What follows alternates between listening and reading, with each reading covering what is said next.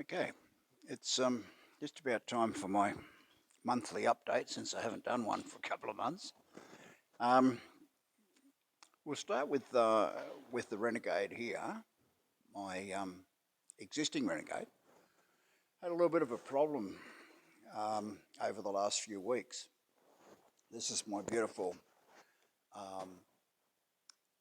GSC propeller made in Canada. It has a metal hub and wooden blades. And obviously the wooden blades were sitting for a long time. I was overseas for a long time. They were sitting and swelling and shrinking and swelling and shrinking and swelling and shrinking until one of the blades came loose in the hub, even though the bolts were tight. I do check the tension on the bolts. And went to take off one day, and one of the blades went to its maximum course position. These two bolts here actually go through the blade and into the flange, the propeller flange. So the blade can't fly outwards, and there's a slot cut in the blade itself, so the blade can only turn within a certain amount. And yeah, that got my attention. The aeroplane ran like a hairy goat, and so I sort of backed the power off and brought it home, and that's eventually what we found, is that one blade had moved compared to the other one. So I set the blades back up again so they were both the same. Took it back out, and even the run up on the way to the to the runway, the one blade shifted again. And that's when I realised that the two halves of this clamshell arrangement had actually come together, and they couldn't supply any more force on the blade. So I contacted the propeller manufacturer, and they said, yeah, that sort of happens every now and again. So what you need to do is you need to take it to a machine shop and have about 10 thou machined off that and 10 thou machined off this, put it back together again, and there you go. That's pretty much what I did, and worked perfectly, absolutely perfectly. So yeah, be warned. Most ground adjustables use carbon fibre blades, but not this one. This one uses wood, and wood. You've really got to be careful with wooden props. You need to check your bolt tensions often, which is what I sort of do here. This is my wherever it is. Yeah, it's not going to pick up very well, but this is my torque wrench, and I'll check that. I'm doing these up to 90 inch-pounds, which is about all I'm comfortable with. The propeller manufacturer recommends no more than 100 inch-pounds. 100's probably getting up a bit too much for me for quarter inch bolts. But yeah, they're fairly easy to do. I've got another spanner there which I hold the back and torque them up.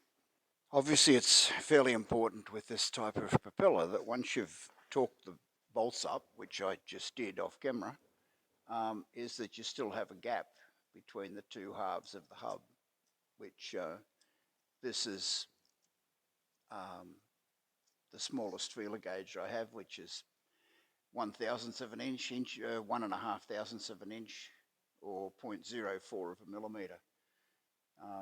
And yeah, so there is some gap. There's not much there, but there's more down this end. Obviously this blade's a little bit bigger than the other one. But yeah, that's important to check. The other thing with this aeroplane, I use tiny tack,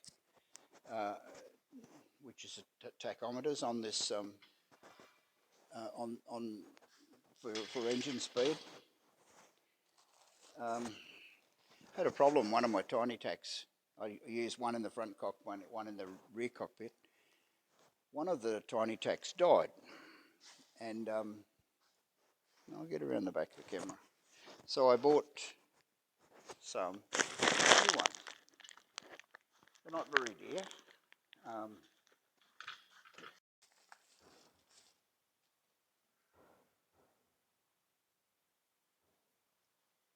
Yeah, this is what I received in the post. It's well, this particular one doesn't look like it's called Tiny Tack, but that's exactly what it is. These things were invented for lawnmowers and small engine. Turn around this way, get the light a bit better. No, that doesn't help either.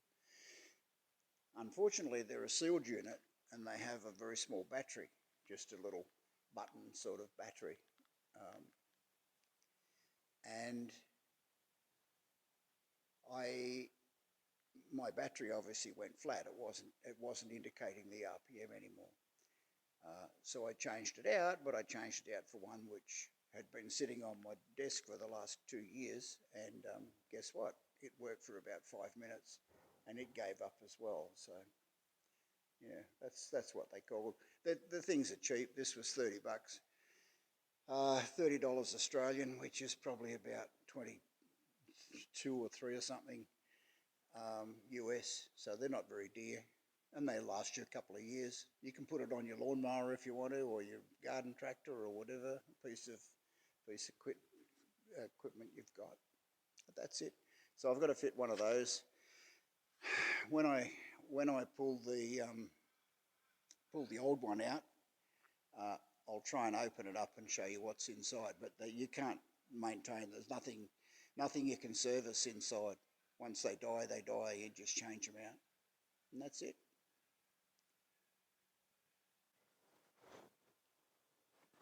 Okay, the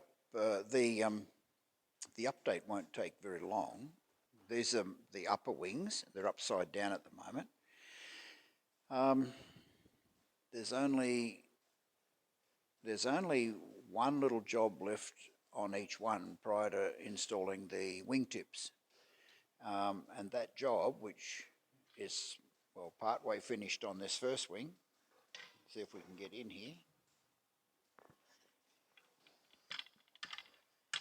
Is this panel being put on? This is where the interplane struts actually connect to the underside. This is the underside of the upper wing. The other wing is almost the same at the same stage as this one. So yeah, so that's where the wings are right now. The lower wings are still on the aeroplane. Here we are here. Over the next few days, I want to remove the lower wings. They've got their interplane strut covers installed already. So there's only one little job to do on the lower wings as well, which are these two strips, one for each wing. I just simply forgot to install them when I was building the wings. So when the wings come off, they'll go here. They go pretty much near the walkway. Their purpose in life is to give somewhere for the intersect fairing to screw onto. But yeah, that's it. The back end is all finished. That'll come off in the next few days, getting ready for covering. I haven't heard back from the covering material person yet, the people that sell the material. I've got the fabric, but I need the chemicals. I just simply haven't heard from them. The turtle deck will come off and this ground plane will be riveted on. Then the turtle deck will go on and be riveted on permanently. And that'll be a good thing. Get rid of all those clecos, 12 million clecos. Not much has progressed around the front here. Most of the instrumentation and electrical bits are connected up. or at least run to where they should be. So yeah, there'll be more updates about the engine later on. And what else have we got? That's pretty much about it, I think. Yeah, that's it. That's the update. Not at all, you know, nothing spectacular. It's not flying. It's not painted. Nothing ridiculous yet. But yeah, so that's where we are in the end of April.